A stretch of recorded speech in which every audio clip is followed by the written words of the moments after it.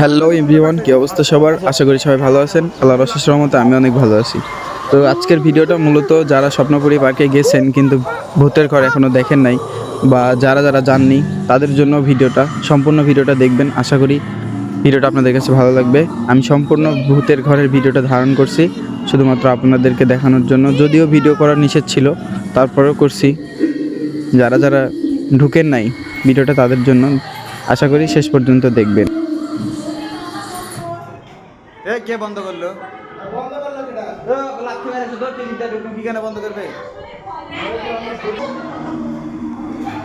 পুরো ভূতের ঘরটা ঘুরে দেখলাম, যদিও স্বপ্নপুরী পার্কটা অনেক বড়, সেই দৃষ্টিতে ভূতের ঘরটা তেমন একটা ভালো না।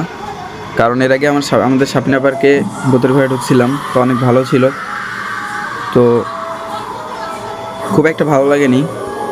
তারপর আপনাদেরকে দেখালাম।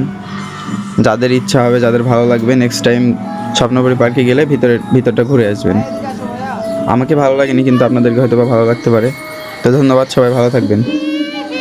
আর যদি কোনো ভিডিও লাগে, আপনাদের প্রয়োজন হয়, তাহলে কমেন্ট করবেন, আমি দেওয়ার চেষ্টা করবো ইনশাল্লাহ।